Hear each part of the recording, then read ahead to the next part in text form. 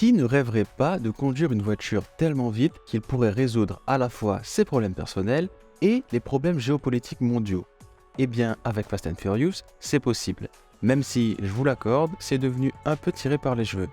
Je veux dire, sérieux? Ils font littéralement des films de science-fiction avec un soupçon de super-héros.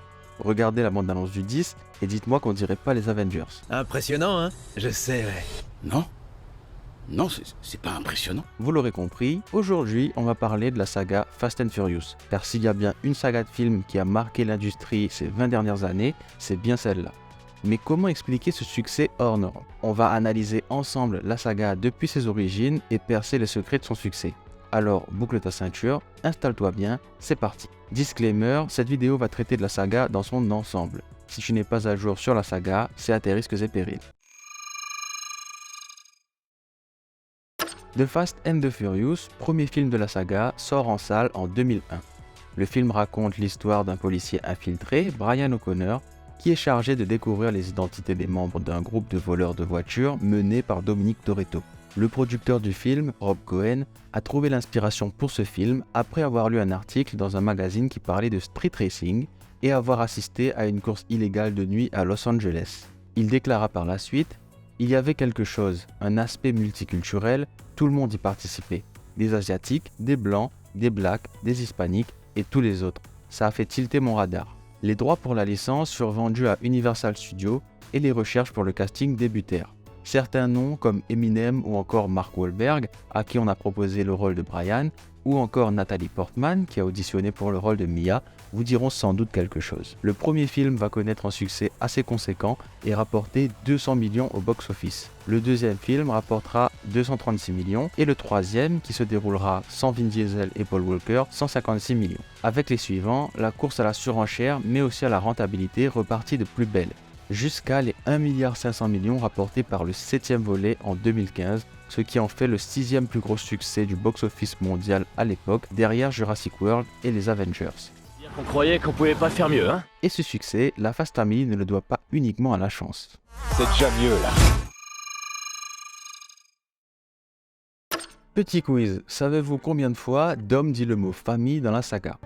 Non. 33. Si, je vous jure. Si au début, les films de la franchise se focalisaient sur les courses de rue, cela va vite changer. Les Fast and Furious deviendront vite des films avec une mythologie plus large et un point d'honneur sur la relation entre les personnages. Le réalisateur Justin Lin et l'acteur Vin Diesel se sont mis d'accord avant la sortie du 4e opus pour se pencher sur un développement des personnages plus poussé. Prenons comme exemple les films du MCU. Même si les personnages de Marvel ont appris à se faire confiance, l'accent est beaucoup moins mis sur les connexions émotionnelles entre ces derniers. En revanche, les films Fast and Furious s'arrêtent beaucoup plus sur ce lien entre les personnages et combien ils comptent pour les uns et les autres. La franchise rallie tout à la famille Toretto, ce qui peut parfois conduire à des intrigues un peu tirées par les cheveux, comme l'apparition soudaine du fils de Dom dans le 8e film, ou encore l'introduction de Jacob dans le 9. Cependant, le thème familial fait la force de la franchise, car il permet au film de s'en sortir avec des développements et intrigues de plus en plus extravagants et ridicules, parce qu'ils sont ancrés par des liens émotionnels entre les personnages.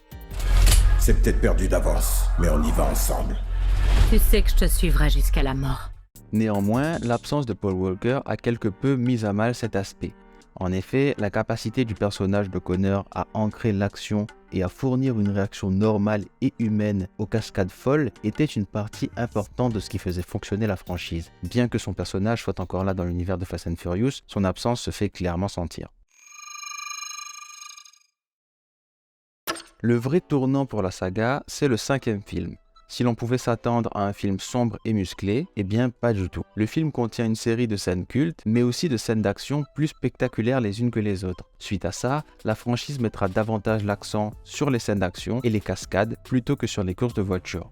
Le 5e volet a également introduit une dimension mélodramatique inspirée des telenovelas, avec Luke Hobbs, l'antagoniste principal du film, rejoignant le camp des gentils. Puis on verra également le retour de Letty, épouse de Dom tuée dans le 4e volet, ressuscitée dans le 6e volet, ainsi que le retour de Anne, décédée dans les volets précédents, dans Fast and Furious 9. Le 5e opus est important car il est celui où ils ont iconisé le personnage de Dominic Toretto.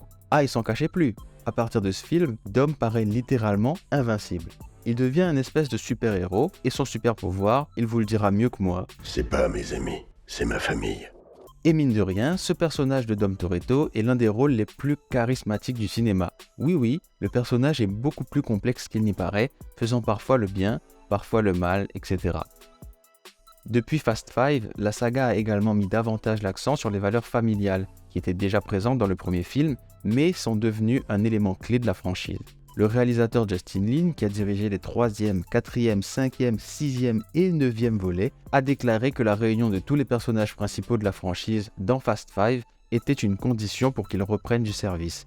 Il voulait renforcer l'attachement du public aux personnages et mettre l'accent sur les liens qui les unissent, ainsi que sur leur maturité et leur sentiment de former une famille.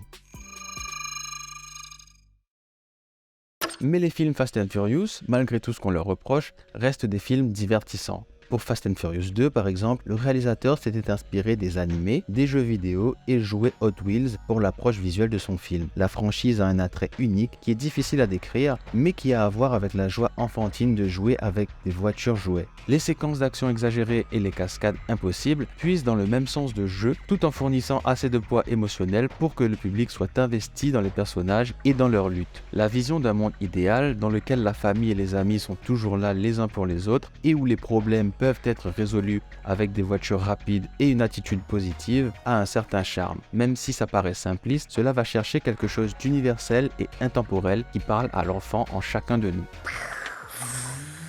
Oh toi, tu conduis comme ton père. Et toi, es-tu un fan de Fast and Furious? Lequel des films de la saga est ton préféré? Dis-le moi en commentaire. N'hésite pas à lâcher un like et à t'abonner pour plus de vidéos de ce style.